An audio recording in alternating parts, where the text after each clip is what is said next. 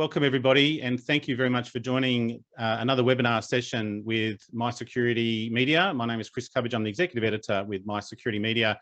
And today we've got Accelerate Your Compliance Journey, IT and Cyber Risk, a deep dive on key cyber regulations. And thank you again for joining us. Just going to walk you through the introduction and the protocols. This session is being recorded and will be available on the Learn Security platform as of maybe later tonight, but definitely as of tomorrow morning for you. And also we are encouraging Q&A. So we do have about 100 or so registrations. And so I imagine people will come in. So if you've got any particular areas, as we mentioned, this is a deep dive. So if there's a particular area that you want, this is covering on a broad subject matter. So any particular areas that you want covered, please don't hesitate to throw them in the Q&A. As I mentioned to the early attendees, there's a couple of resource downloads that refer to the MAS guidelines, Monetary Authority of Singapore, and APRA CPS 234. So please access them. And for those in the Learn Security platform, they're available also. This is held in partnership and association with MetricStream. So we do welcome and thank them for contributing to this panel session. And let me introduce our panelists with us. Panelists, if you can come on, let me introduce Rajesh Nandakumar, Head of Technology at Westpac Institutional Bank and Asia Pacific, and Asia Pacific Retail Banking in Singapore. Rajesh, can you come on if you can, please? Hey, Chris. Thank you. Thank you so much. Great. If you can turn your camera on so I can see you, unless it's my issue. And yep, it should be on. And let me welcome Chirag Joshi, Director with ISACA Sydney, and also with AMP Limited, Head of Cybersecurity in Sydney. And it's great to have Chirag back with us. So Chirag, thank you very much for joining us. Always great to be here, Chris. Great. And Vicky Wright, they're in Perth, Senior Director with MetricStream. So Vicky, thanks for joining us.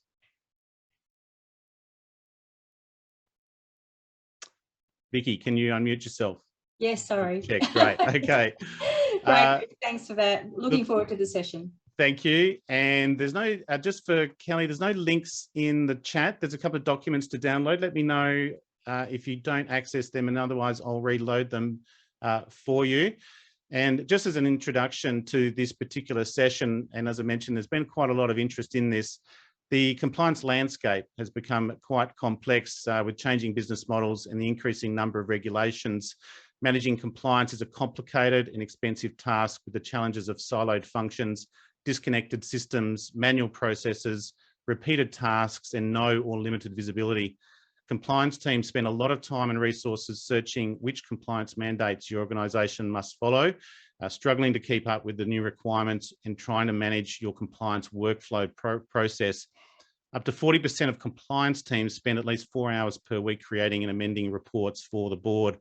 And as an introduction to that, we want to get an overview of the MAS guidelines in Singapore and some insight here in Australia into the APRA CPS 234 guidelines.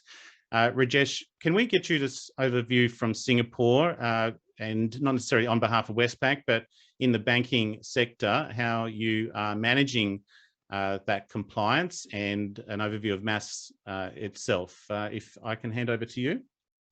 Thank you, Chris. Thank you so much. You know, it's been wonderful being in this panel because, you know, during my city days, I used to manage 17 different markets, which means 17 different regulators as a complexity. And, you know, coming with Westpac, with Asia and Pacific, especially from an Asia perspective, it is MAS, HKMA, and with CBIRC for Singapore, Hong Kong, and China. And we've always told in this region, it's being said MAS is more forward-looking. And, you know, we kind of use this as a template when you're trying to adopt it across the region or for any other markets when you're rolling it out. And you kind of started with that point saying compliance is a complex thing. Yeah. And I definitely feel for, you know, some people have made that statement saying compliance is complex. Oops, I don't know how do I comply with. But looking at MAS TRM, I'm not going to go through the one they rolled out in 2013 because many people in the last 5 years kind of got familiarized with it. But we are in a very critical juncture as we speak when the new guideline was rolled out in Feb. And being amidst, we all are remotely working, connecting remotely, amidst this COVID situation, this guideline came out at maybe the perfect or most apt timeline, right? One, it kind of proves to people, because there are 5 things which Mass emphasized on, which most of the FIs, largely we do have the accountability of helping or servicing customers. And given my predominantly focus is about enriching customer experience, government is there to roll out the laws and the policies around it.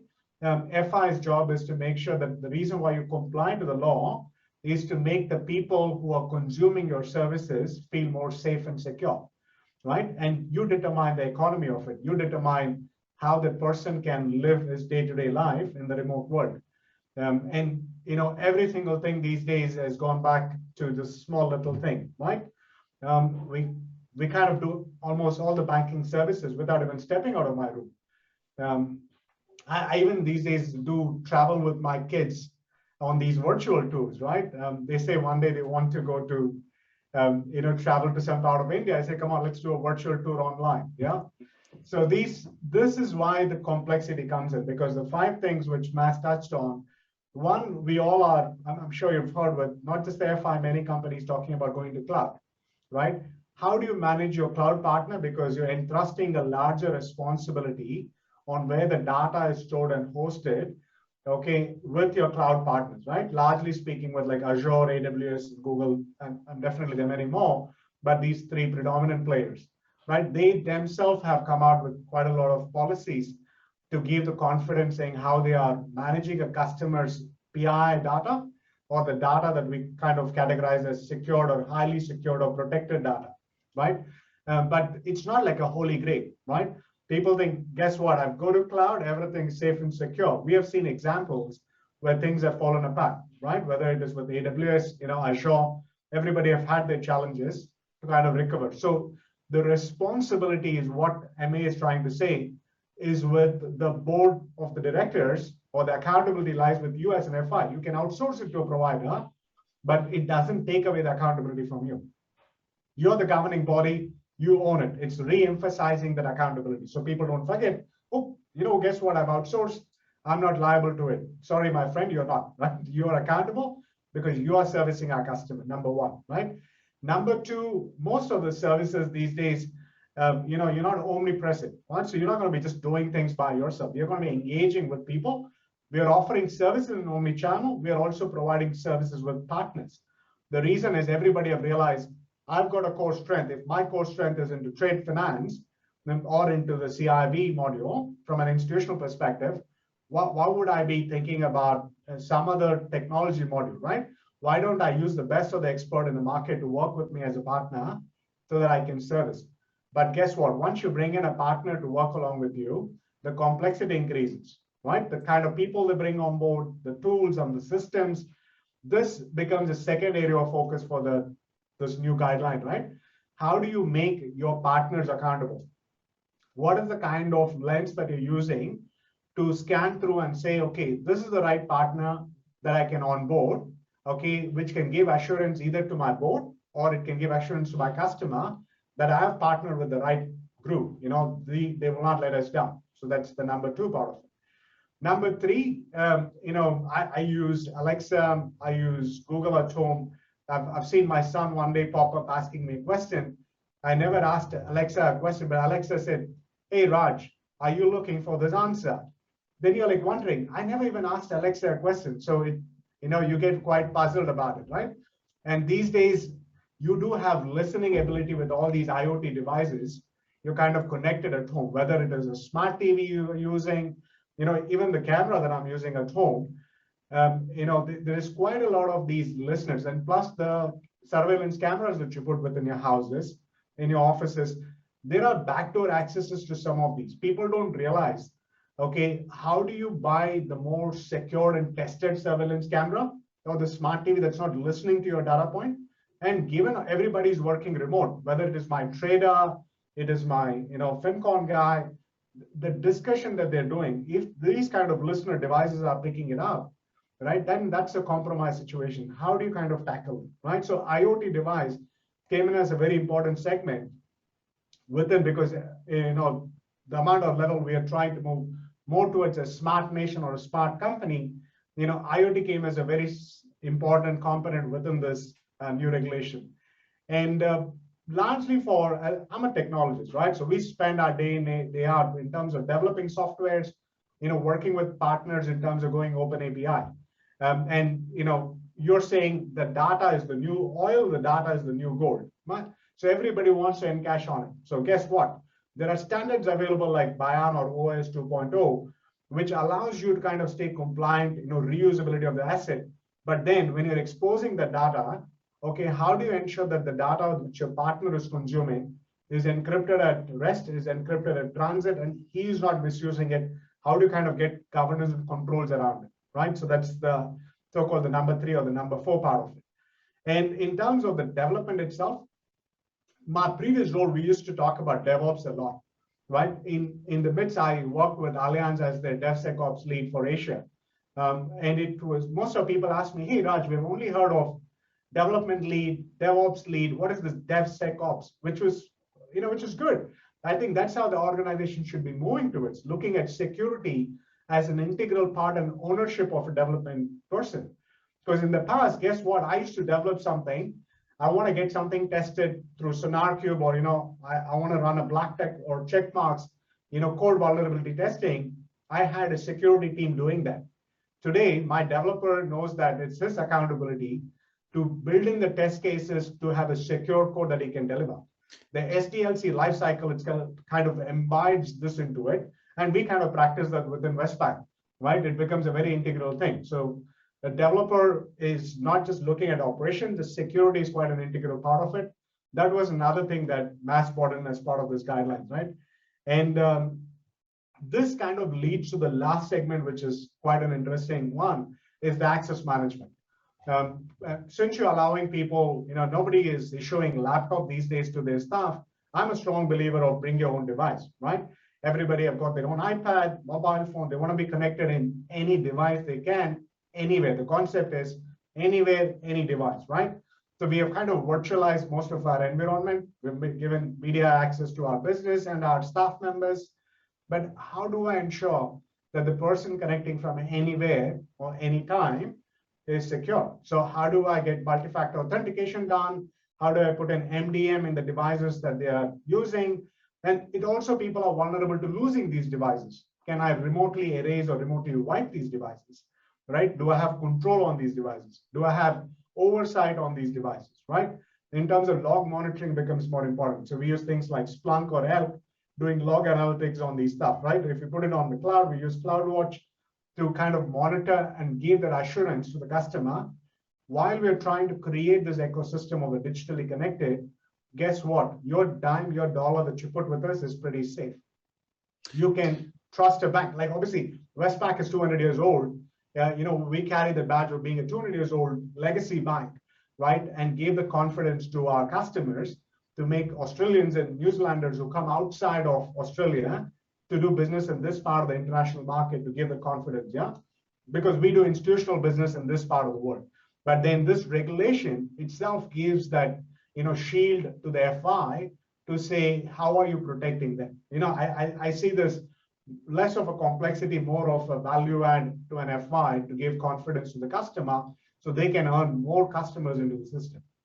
I think one thing you've highlighted is the depth and the breadth of those guidelines as well, from the board all the way down. One thing I did like was the IoT devices, and we are seeing that more in our banking as well in terms of that voice activation. Chirag, maybe you'll be able to provide some contrast to your observations with APRA CPS 234 here in Australia.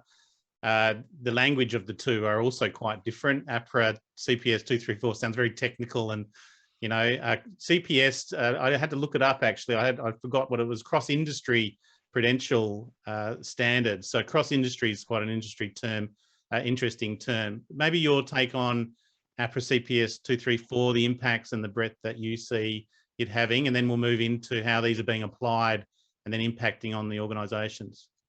Yeah, no, thanks, Chris, and a big hello to all the attendees as well.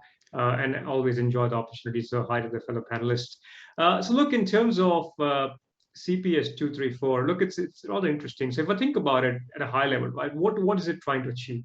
It's trying to achieve that the entities who are in scope for CPS 234 have an information security capability that is commensurate with the threats it faces, and it is able to withstand cyber attacks, information security attacks, and basically be resilient, right? I mean, that's the overarching objective of the standard. Now, what I was listening keenly to what Rajesh was saying. One of the key bits of CPS 234 is actually the roles and responsibilities, and the idea that the board is ultimately responsible. And this is a key bit, right? So in cybersecurity and information security holistically, there was always the idea that this is not just an IT problem, it's a business problem. That's something which good practitioners have been advocating for a long time. And now with the standard, essentially, it's part of the standard, which is really good because it starts with the one at the top. Now, the other bit which is important is it's a principles-based standard for the most part. So it's not prescriptive. It's not telling you the details you need to execute. It's giving you guidelines, and it's giving you guardrails to operate within, which is what I like. The other thing which is key to, like, look, there are things in CPS 234 which we can spend a whole hour on, so I'll try not to go to each of them. But the key bit is also the supplier ecosystem, right? To Rajesh's point previously on, we need to rely on partners, we need to rely on vendors, but ultimately, how are you getting assurance that your information assets, the things that you are entrusted with, is being secure, right? So that assurance is really important part of it. So you have the board reporting, you have your vendor ecosystem. I think that's the key one.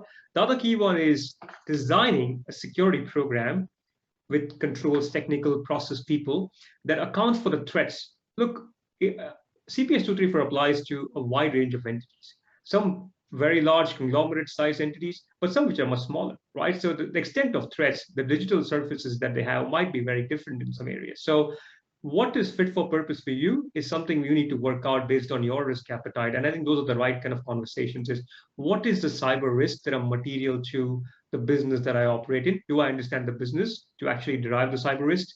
Do I have a control framework that I can anchor against to manage those risks? So you can pick NIST CSF, you can pick other frameworks. As long as you have those, and those have key controls that are mapped to those risks, you have a good starting point. The other key bit around CPS 234 also is timely notification of security incidents, material security incidents. I think that's the one where you actually start seeing some prescriptive guidance, right? That the whole 72 hours, which is a timely, defined by APRA. And those are the ones where you need to do some hard work internally. And look, compliance, just from a high level perspective, compliance becomes easier when you're doing the right security practices. So if you are doing the right security practices, which I summarize as have your cyber risks, have a good controls library, have good reporting and testing of those controls. Look, sounds simplistic, but really that's really what you need to do. And then you meet a wide range of compliance standards. And my personal view on be it CPS 234 compliance or others is, start with a good controls framework. And don't try to mushroom something internally if you don't have to, right? There is utility, and I said NIST CSF previously, because there is utility in taking an international standard that you can benchmark against. Because when you engage with the boards and senior leadership, which is a key part of CPS 234, is giving them the visibility, ensuring that they are capable of discharging their duties. The type of conversations you had that level is very different than operational level conversations. And when you are translating that, you need benchmarking. You need to, when you talk to them, they want to understand, well, our controls are mature, but in regards to what? In respect to what? I think when you get good benchmarking, when you pick global standards, I think that's under utility. So that's just my tip. If you're trying to get on a journey for CPS 234, start with a good controls framework that anchors against your risk profile. So in terms of, that's the other key bit, I touched on control effectiveness and testing your controls are actually working properly. I think that's one of the key pillars also of CPS 234 is having a good controls testing regime internally, where you have confidence that people with the right skill sets are testing cyber controls. Now you have a CPG 234, which is a guidance, so CPG is not prescriptive, right? It's guidance given to you to help you meet CPS 234. And that is something I encourage folks to look at as they're going on the CPS 234 journeys. If they don't have good mature programs, there's something they can think about, right? Is some good guidance, what APRA perceives as best practices in the field. But in terms of your controls testing, I think defining what are the key controls which align to risk, how often will you test them?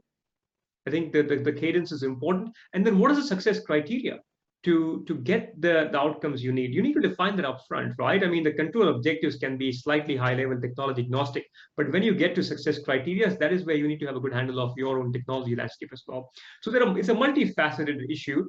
At the same time, though, in my view, CPS 234 is a really, really good starting point. It sets the right tone. It has all the right attributes for you to align to as you think about your security program holistically and not just to tick off a compliance box. So hopefully that helps. I'm keen to unpack more specific parts of CPS 234 as we go through the panel discussion.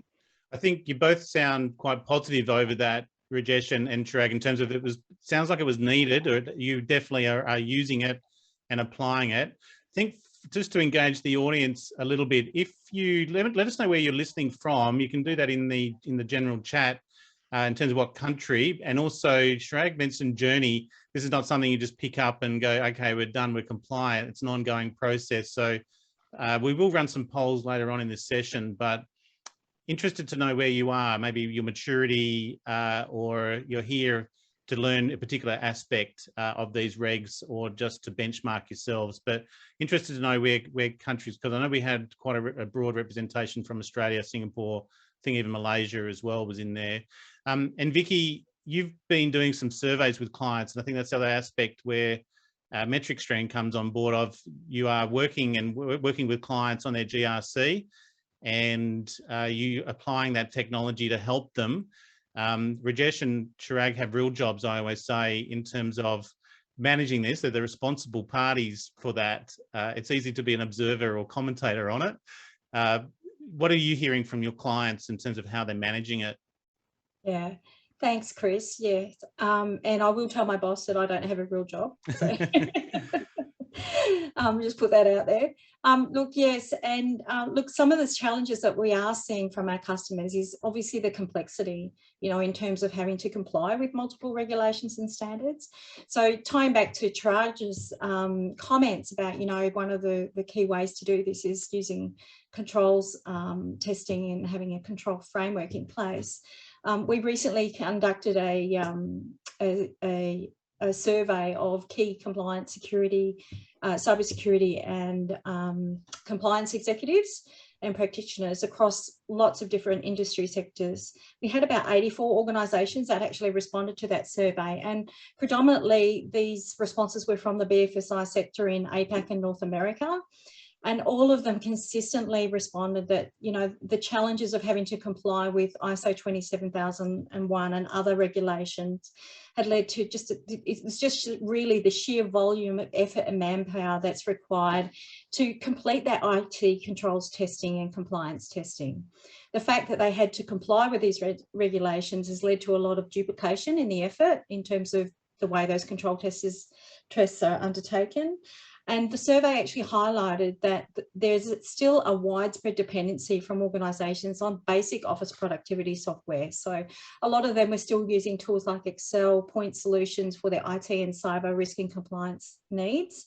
And, as these methods are largely manual in nature and time consuming, they were causing all kinds of challenges in terms of undertaking that control testing and compliance assessment. So only being able to do that maybe once a quarter or once every 6 months, which means that they don't really have a handle on what their cyber, their current risk profile is. So it wasn't really surprising that the majority of survey participants identified a lack of visibility on cyber risk across their organisations, and the manual approach to managing those cyber risks and compliance challenges as one of the key challenges that they faced in terms of managing the complexity of compliance and implementing those controls frameworks and the testing required on that. Let's deep dive in that if we can. And we've got Melbourne, Sydney, Canberra, Sydney here to learn more how orgs are managing compliance. And back to Rajesh and Chirag, there's the visibility, and the way I'm imagining it is you need the visibility to look at the automation to reduce the repetitiveness and then reduce that compliance cost. How are you approaching that in terms of compliance does not equal security? We all know that, but you can spend a lot of time and effort and money on compliance, but it's not improving your security. One thing I noticed with Rajesh, I don't know if you mentioned risk. You were definitely talking about technology and the DevOps and DevSecops. Where do you start in that? Because again, avoiding cost in compliance, but also making sure that that compliance contributes to your security posture. How do you tackle that? I think that's a good question. But I would probably answer that from a larger Westpac context, right? So in the last 2 years, Westpac has had a wonderful journey in terms of setting up our IT service management, or enhancing, probably rather than setting up, enhancing the IT service management controls around it based on the processes. And we've embedded most of these activities around the DR.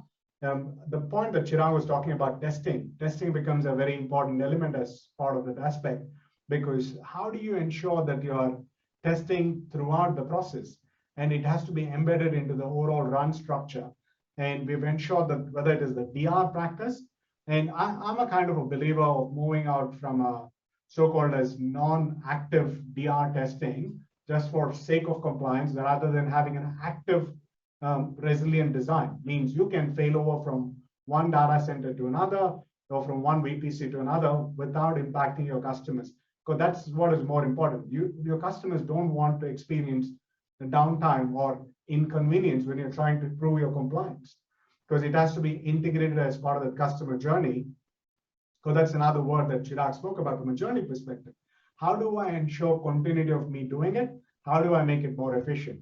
And it is all about using, preset standards and templates, whether I'm complying to an SOX type 2 model, or I'm trying to be an ISO 27001K. There are industry standards available from an ISO perspective. You use those standard risk framework templates and try and track them on a regular basis, and you stack it up. And for us, what we've done is we've spread this based on business, group critical, and a significant application, because then you have a cycle on when you're testing it and more communication to people, because the accountability as it sits with the board, the person who's actually doing it could be your administrator, a database administrator, your platform guy on the ground day in, day out. So he needs to know what does it mean, right? And I think we took a very important exercise of translating this into what I call as a layman language. How do you convey this message for them? Okay, whether I'm a developer or I'm an administrator, how do I understand? What does this mean to me? How do I integrate into my day-to-day work?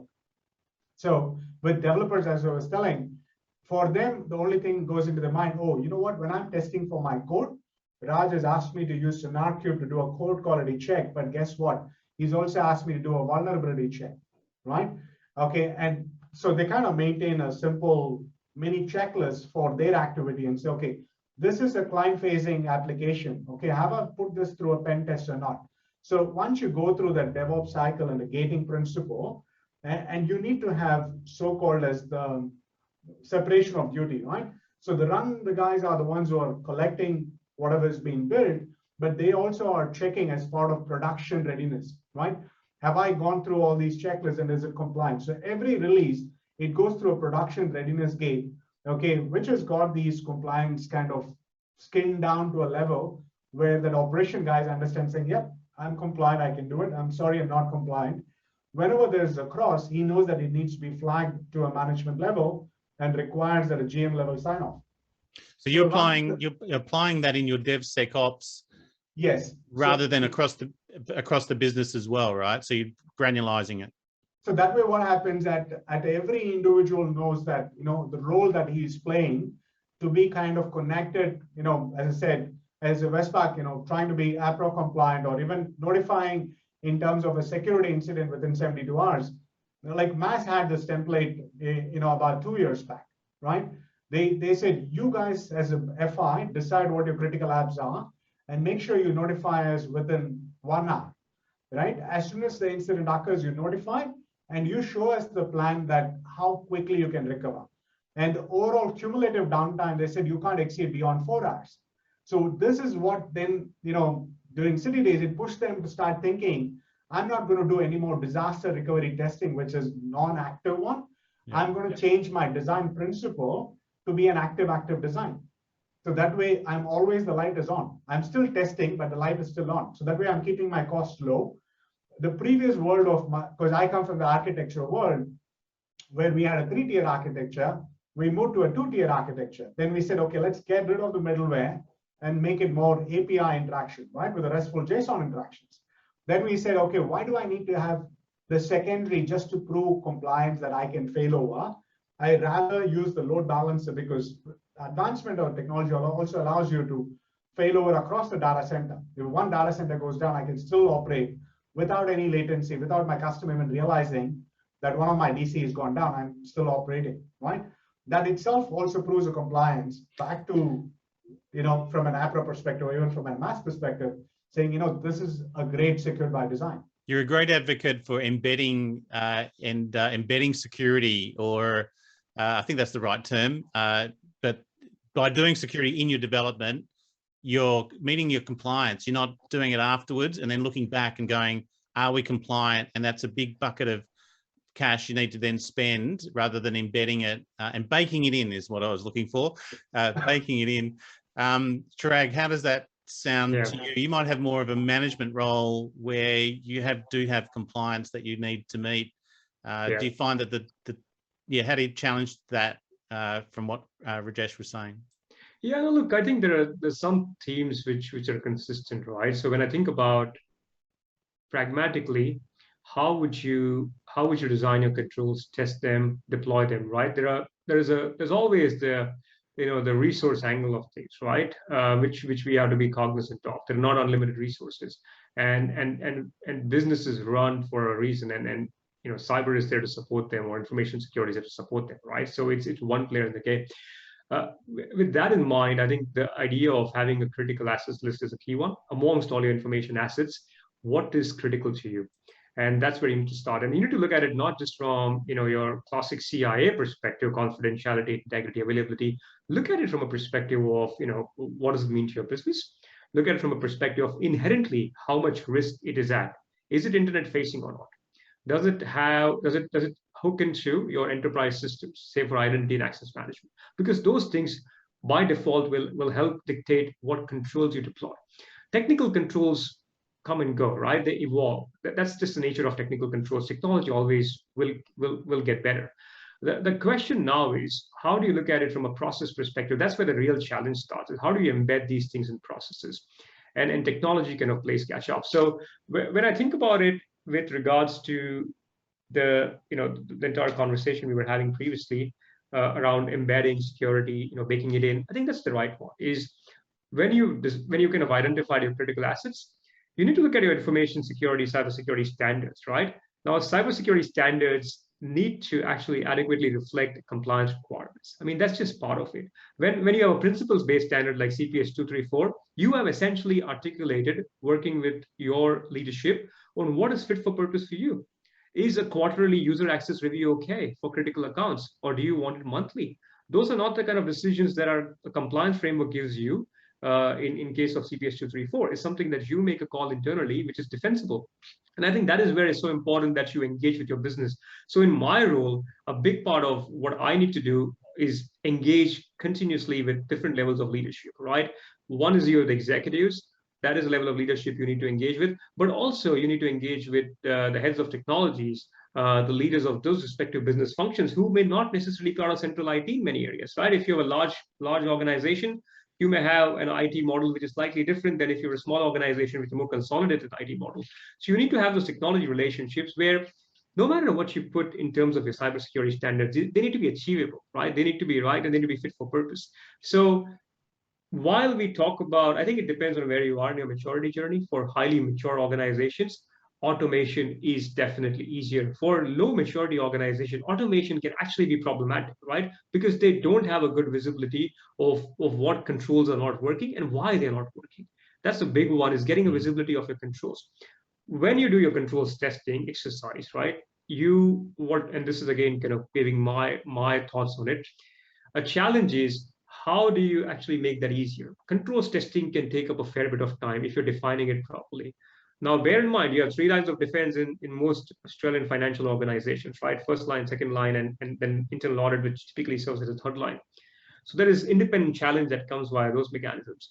But a big part of teams that are actually running these functions is how do you keep up with different controls testing requirements? And which is where if you define the standards right up front and the link back to your risk, that makes that job easier. Now, in terms of efficiencies, look, there is an effectiveness angle and there is an efficiency angle. Automation will help you with efficiency in many areas, but poorly designed controls, automated, does not solve the problem, right? So I think that's my view to it, and which is where I kind of, I kind of keep advocating. And Chris, I've been on your previous discussions, and you heard me talk ad nauseum about the importance of getting that cyber risk and controls library right, because that's what you anchor against.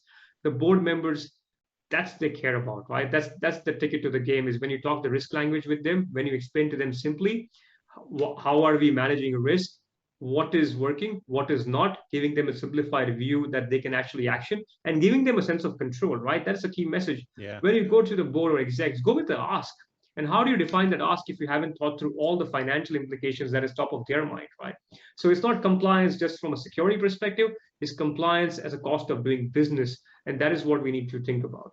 How do you two, and sorry, Vicky, if I can move back to Rajesh and Chirag, is how are you two reporting to the board or the ELT on compliance? Do you have a particular model, or do these guidelines require a certain report to the board, or for the format of it? Yeah, I don't think there is, like CPS 234 is not prescriptive on how you report it. I mean, on what the board, because then that one thought, at least all boards are on the same level. Then they know when they go to their company directors meetings, they're all, understand each other's language. But if everyone's doing their own board reporting, it might be construed. But so you have your own individual kind of style of reporting to the board, and what helps them? Well, look, I think there is an element of organizationally what they're used to, right? So I think what cyber reporting should be part of the broader reporting. It should not need something special, right? Like, I think feeding into that existing model works best because they're used to seeing it. But in terms of what you talk about, right? I mean, you need to give them a view of one, what is a cyber risk posture in a simple way that they can understand. How are you trending? I think that's important. Giving them a view of any material incidents, obviously a key bit of giving them visibility of what happened, why, how, and look, focus on materiality, right? They don't need to see about your pen tests, right? This is a board. Yeah. It needs a specific audience. It's the materiality angle, but also a forward-looking view. It's not just about this. The board members, and to your point, company directors, they see so much in the news. They get it in their subscriptions. Give them a forward-looking view of the threats that are coming in the cyber area, and what is their impact internally, and how are you adequately preparing for that? I think summarizing those points start for a good conversations, right? Because I think the board has to play a more active role, which is what all these regulations are pointing towards.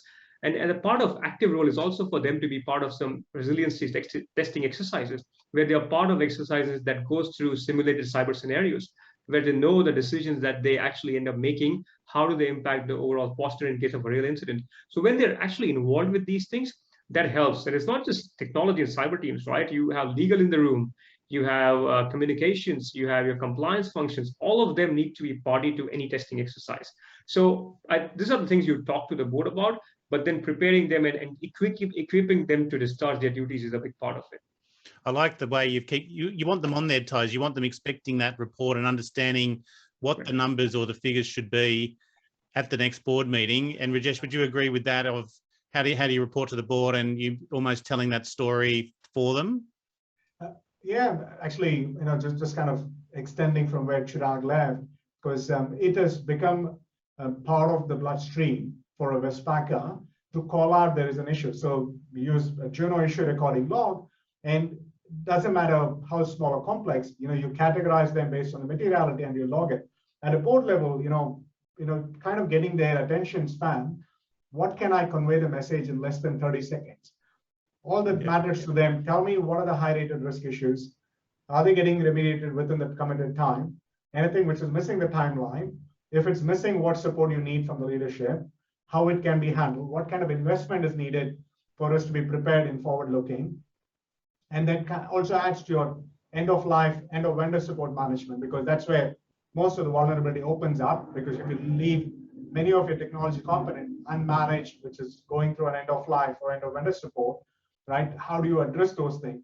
And these needs investment, as Chirag mentioned, you're doing business and the compliances that are enabling the business. And you also need to be aware of the cost of compliance, right? Saying, can I put this money in? Great, fantastic. We need to do it. It's not just about compliance. How do I provide a more secure service to my customer, right?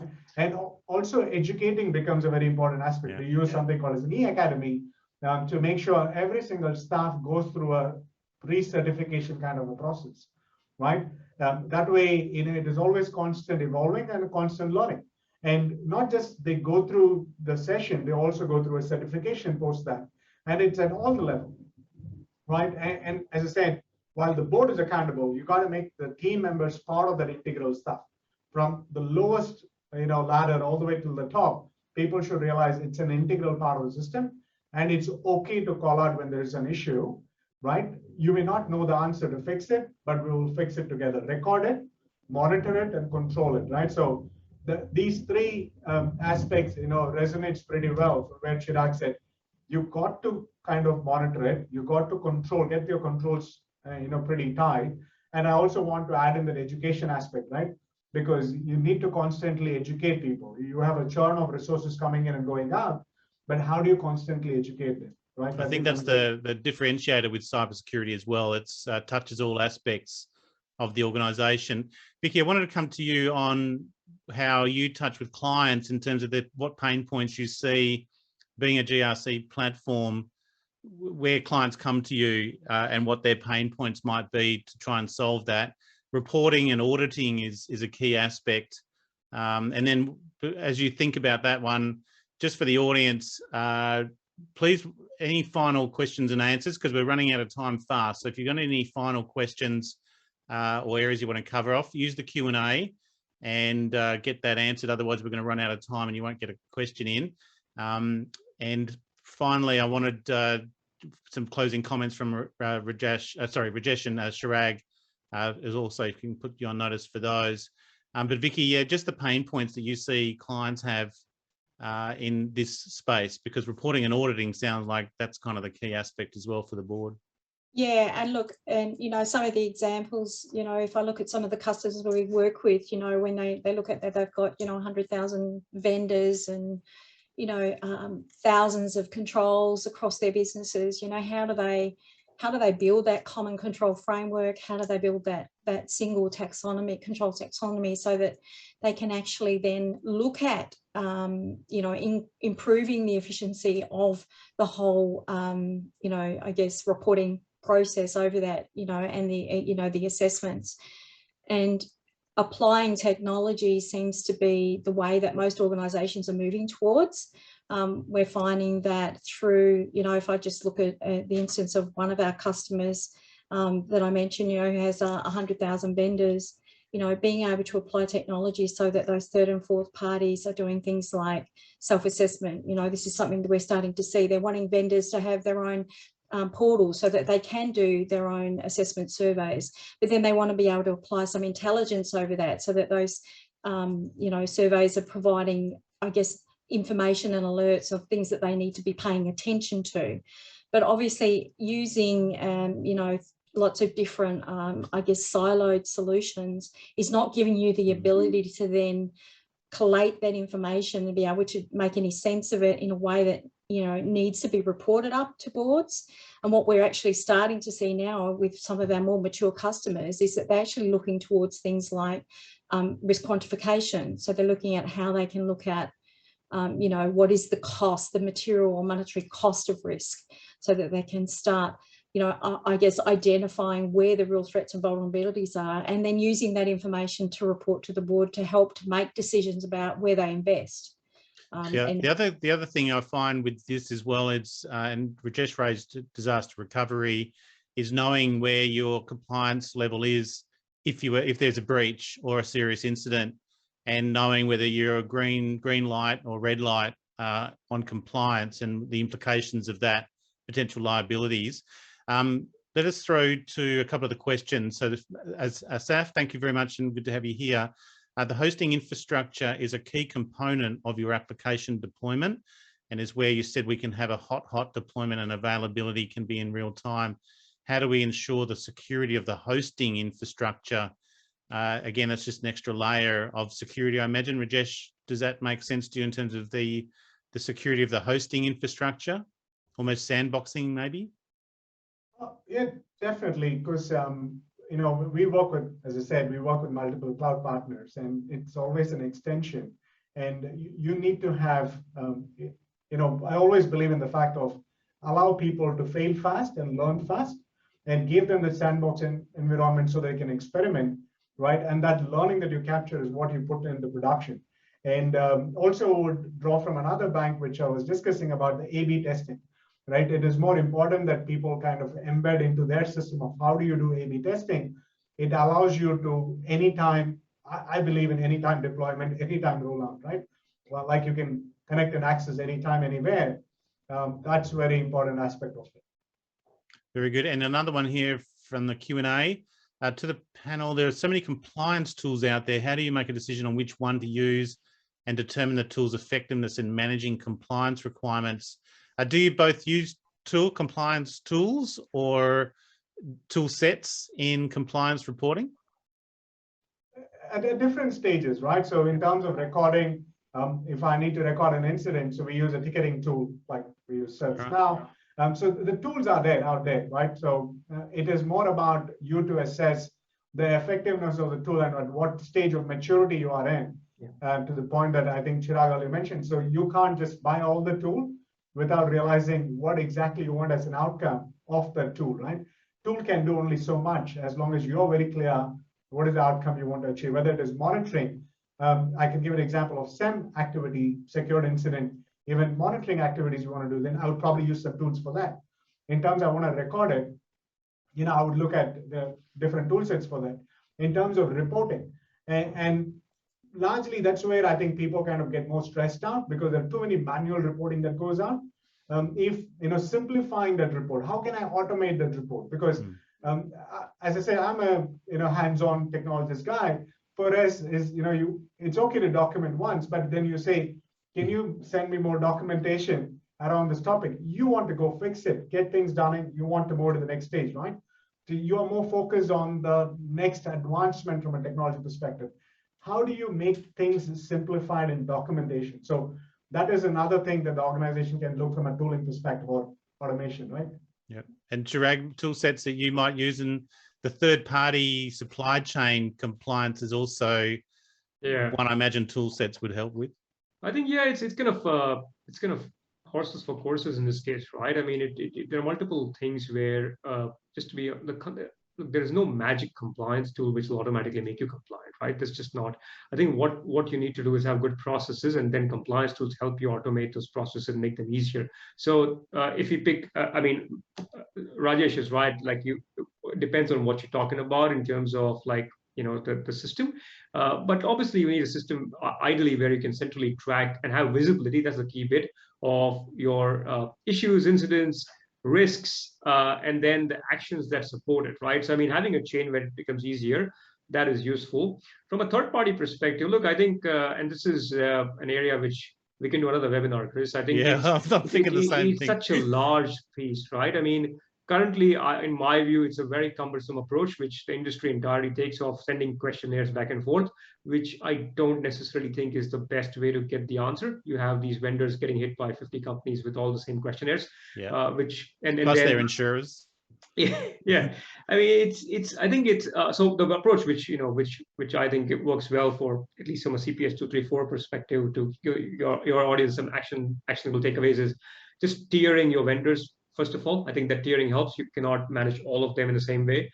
And then having some kind of a system by which you decide what is the level of rigor you can apply to each of the tiers, right? For your highest tier, you may need, and you probably should have, an independent attestation where a SOC 2 comes in. But looking at a SOC 2 is not just sufficient, right? You have a SOC 2 report. I think you need to have internal capability to review that SOC 2 and see if that is actually fit for purpose for what service you are consuming.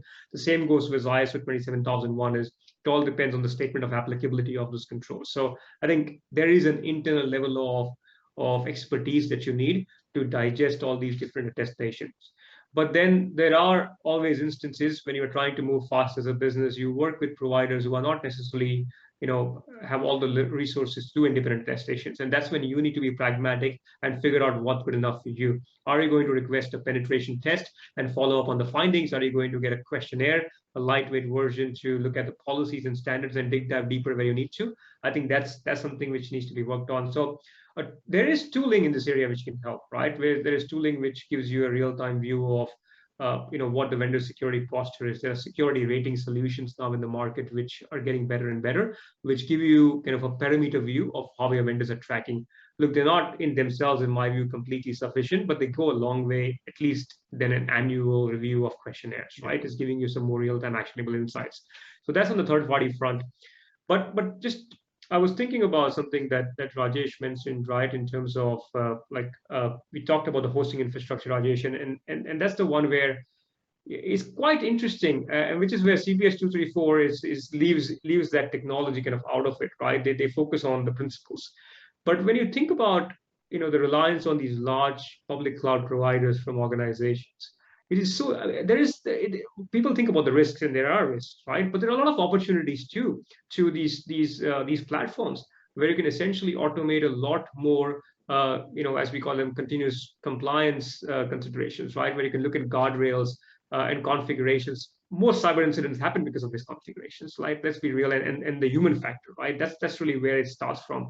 And these give you the ability to automate some of it. So I see that as a really good area of opportunity as you're designing your compliance programs and setting the standards. There is think about how cloud can work both ways. It's not just all negative. There's a lot of positive that can come out of it.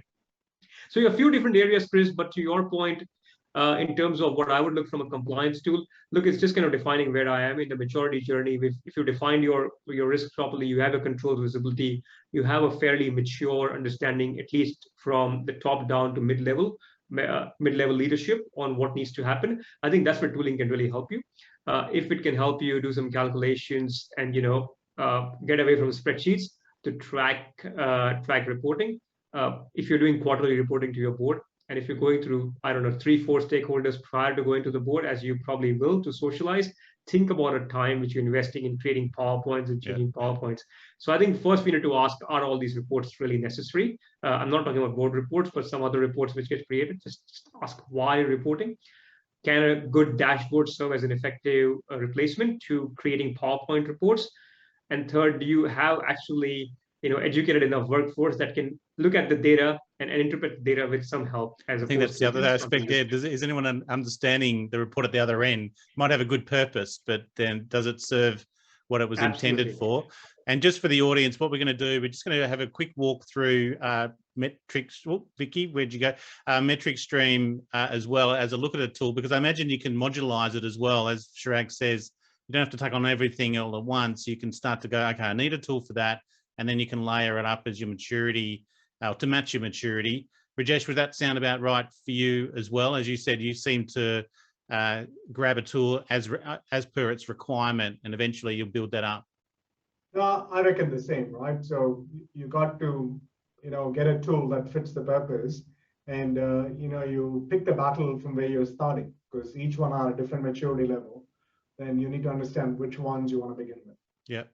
Well, look, what we're going to do is thank you very much to Chirag and Rajesh. You guys are welcome to hang around. Vicky, what I'm going to do is I'm going to share my screen, and let's walk through MetricStream as an example. Now, I've got those 2 case study slides if you wanted to talk to those, or do you want me to skip those, Vicky? You're muted. Beautiful. Let's just do the just trying to figure out which slide it is. Just the let's I tell you what, before anyone even leaves, let's do the poll questions and see where we're at, and then we'll hand over. But Rajesh Ananda Kumar with Westpac and Chirag Joshi there with Isaka in Sydney, thank you so much for your time and great insights. As I mentioned, you guys have got the real job, so it's always great to have that insight, and thank you very much for joining us today. Our pleasure, and excuse my hair. It's the Sydney lockdown taking a toll on my hairdo here. Look at this, I've got the skunk thing going at the front. Let's run these polls, and guys, hang around just for the polls, and let's see where we're at. I'm going to run this key challenges. What are your challenges in managing IT and cyber compliance? And we've got 4 options. Let me launch that. and that should come up. So to the audience, throw up your key challenges, and this will help both a bit of feedback as well for Rajesh and Chirag in terms of, does that match them? And we're almost there. I think, yep, close to 100%. Couple more. Excellent. Okay, and I'll go on one more. If you haven't done it, no, you're not going to. Thank you very much, whoever that was. Oh, no, a couple more. Okay, good on you. I'm going to end that now. It's definitely increasing regulatory compliance with overlapping seems to be winning. And I'll share the results there so you can see. Yep, so increasing regulatory compliance with overlapping requirements, one, followed by ransomware again. And the next one is, do you want to hear from MetricStream? And you can certainly hang around. So this is maybe run that poll after. Let's give them a go, because there might be those who are interested as well. Roncha, if we can get up to 10 on that to learn more on IT and cyber risk software, maybe take it as a question. Do you want to learn more on the IT and cyber risk software solutions, looking at it as a tool? And we've got a few coming in. Yep. Provide product related information is leading the way. And as I mentioned, we'll have that in a EDM that goes out, and it is available on the Learn Security platform. And there's a couple there looking at a demo as well. So as well, one wants an expert, so you must be early in your journey. Good on you. Okay, I'll end that and share those results so you can see. Beautiful. Perfect. Okay, Vicky, let's hand over to you. Thank you, Rajesh and Chirag. Do appreciate your time, and you can enjoy the rest of your Wednesday afternoon. Thanks, guys. Thank you so much, folks. Thank you. Cheers. Bye. Okay, so let me just share this, Vicky, for you. And so for the audience, please hang around for this, and let's have a look through MetricStream as an example. And so, Vicky, how technology can help, I really, from my perspective, would be on that automation, which would then help your reporting and auditing. You just flick through the slides. We've got this one in terms of the integrated strategy. Yeah, so just getting down to, going back to what the comments from Chirag and Rajesh, it really often is about, where people are in that maturity journey in terms of, what are their current processes? Are they in in that stage of still doing the, I guess, the traditional approach to the way that they're trying to manage risk, in an IT and cyber and third party manner. But most of the organisations that MetricStream work with actually adopt an integrated IT, cyber and third-party risk management strategy, and they use our technology platform to actually centrally manage all their different assets, risks and standards into a single place. So they automate their compliance assessments, and they'll gather all their threats and vulnerabilities into a single system, and then that can be used to assist them with their risk assessment. Let's have a look through the solution versus APS 234. And I guess I appreciate people's time is tight. Yeah. But this is how it's matching the two. So you're obviously matching the regulation to your solution capability, right? Yeah, that's right. So, and we've sort of just, highlighted 5 broad areas there, but, some of the things that, I mentioned briefly before about risk quantification and what that does enable in terms of being able to identify risk and what is its monetary value or monetary exposure to the organisation, and how you can then effectively communicate that to your boards and executives. So it ties back to that area of responsibility for the board. Then you've got your information security capability in terms of, how do we manage our third parties? How do we onboard those vendors and manage them through a life cycle? And how do we prioritise them? These comments were made as well. And how do we have that continuous due diligence and monitoring? And these are things that, our tool actually embeds through automation and through various processes, self-service portals for vendors, etc. And then, can you, sorry to interrupt, and welcome any questions from the audience if you want to fire any in. I take it you can set it up so it's reporting. I looked at that breach notifications. APRA's got 72 hours, whereas Rajesh mentioned there's 1 and 4 hour requirements. I take it you can set up for multiple regulations, so it can tell you how you're mapping across different ones. Absolutely, absolutely. And, you know, with the ability to actually use the APIs that will allow you to bring, you know, your information from various sources, you know, so you've got all your controls and frameworks and regulations, but then you've got, you know, your qualis and your tenable, all your threat and vulnerability solutions. Being able to bring that information collectively so that you can then use that information to understand where, you know, your vulnerabilities are, and then also to tie into that some alert notification matrices depending on what your requirements are, and have those things automated. Great. Maybe let's talk us this last one, because we're top of the hour. Is the cybersecurity journey. Yeah, so, and this talks about, you know, obviously where people are at. You know, what we find is that when people are in that managing risk stage, you know, at MetricStream, we like to work with people on that journey. So irrespective of where you're at that stage of your journey, you know, the tools can come together. It's about them having that fully integrated approach to the way that you manage your IT, cyber and third-party risk, and being able to break down those silos and bring that, you know, all the compliance, audit, risk, cyber, all that information into a single platform. And then during that stage, that, you know, that increases your visibility and access to the information, and you know, obviously brings all that unstructured content, etc., together, so that you have a better view of, I guess, how you can simplify processes that are quite complex and unwieldy. And then we're seeing our customers that then start to embrace risk. And this is when they start to look at bringing in the front line. So, and, you know, this is where the technology that you use and the way that you've embedded that technology with things like single control taxonomy and control frameworks and processes, and how you embed those into the culture of your organization, irrespective of whether it's your frontline or it's your developers who are writing, you know, building your applications, etc. It's about, you know, making the user interface intuitive and friendly, in a way that people can engage with you quickly and easily, so that you're aware of, I guess, where lurking risks are, because the front line often is aware of lurking risks when people in that back end function are just traditionally not aware of things that are happening out there. So we do have a question from Asef. Thanks, Asef. Is how does it map to ISO and NIST? Can you map it to standards?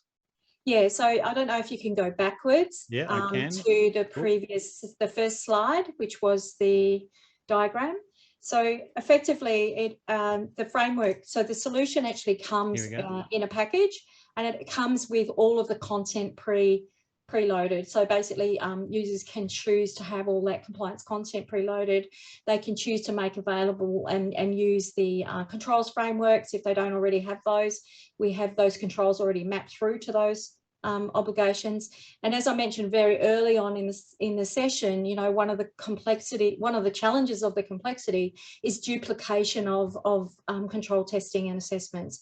So by being able to simplify that, being able to test a control once and then have that control linked to the many different regulations that it applies to, means you're reducing that reliance on manual processes. You're control testing once and using it many times in terms of you know, your assessment process. And one of the other questions, and I had the same one as Seth, that was my thought of, can we measure cyber controls maturity? Does it apply a maturity model or approach to it as well? Those sorts of things are configurable. So yes, I imagine it is in its own way. Yeah. And then you might be able to match it to the cybersecurity maturity model. I imagine SF is sort of referring to. Yeah. And my other thought was, can you break it down to business units as well? Absolutely. Yeah. So it allows you to embed your multi-dimensional organisation structures. So it's quite unique. You've got your traditional org structure, and then you've got also, you know, you could have different structures where it might be, you know, product line, it might be service, it might be legal entities, business units, whatever view and way that you need to break down that you can within the application. So it's a full service application. It's, you know, rapid deployment. And obviously, it comes with the ability to introduce, AI and machine learning. Things like one of the guys talked about, I think it was Siraj raised the SOC 2 reporting. One of the things that we're able to do is actually apply AI over the top of that SOC 2 reporting, so it'll actually then highlight for you, rather than have to read the whole SOC 2 report for your vendors. You can actually get a highlighted report which will pick up any anomalies or any things that you need to be alerted by, that it picks up automatically through that machine learning process, and comparing what the results should look like versus previous results, etc. So it does reduce, I guess, the workload in terms of that as well. Right. And there are a lot of other AI areas as well that we're introducing to the platform. So, well, look, like I said, there's a couple of brochures there that map the APRA CPS 234 and also the MAS guidelines in the brochures. We'll have them sent out in the EDM as well. They were in the chat, and I know, Kelly, I'll email them out to you directly so you can at least view them. But they are quite helpful, both from the guidelines and the standards, the sort of the regulatory models, as well as how you would apply a tool to this. And obviously there's those clear outcomes. And I suppose if there's any more information wanted, I noticed this one was thrown in by the team, and you have a GRC summit coming up in October. We do. Twice a year we have a GRC summit. Fantastic event. We usually get 2,500 to 3,000 registrants. We have presentations, usually 50 to 60 different sessions that run over 3 days. Obviously, the importance is that register, even if you can't attend the sessions, you get to download the content and watch the sessions afterwards. But we have some fantastic presentations from, organisations all over the world, who are all experiencing the same sorts of challenges in terms of the world that we live in today, from an IT, cyber and third party perspective. Well, look, before we go, one more, Steph, and I appreciate you asking the question because we might have to reach out to you directly. Can it also be suited to manage audits, to manage audits and tracking, especially ISMS internal audits? Correct. Information systems management standards, internal audits, Yes, yeah. So you could adapt it to your own internal audits then. You could. It's actually a fully serviced GRC platform. So it comes with, it's one of the most comprehensive available on the market, and comes with all aspects of, enterprise operational risk, internal audit, third party, IT, cyber, vendors, it's very comprehensive.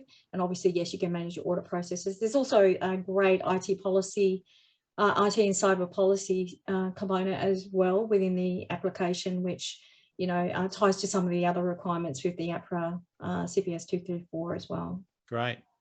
Well, look, if there's anything else, please reach out to us directly. But like I said, thank you very much for attending, and we will send out a follow-up email to you with the link to the recorded session and also the link to the brochures. And I think there's another white paper that MetricStream can share with you as well. But look, thank you so much for your time today. Like I said, it was very well attended and also very well sort of subscribed. And so we'll share this information out. And I think even I learned something out of that, and very, very worthwhile. So thank you very much for those that are attending. Thank you very much for the comments and the questions that those did. Thank you, Jacqueline. Thank you for an informative session. So the feedback is quite good and very good engagement. Thank you very much, Vicky. And also thank you very much to MetricStream for supporting this session. I'm going to close off now and enjoy the rest of your day. Thank you very much. Thanks, Chris. Thank you, everybody. Thank you.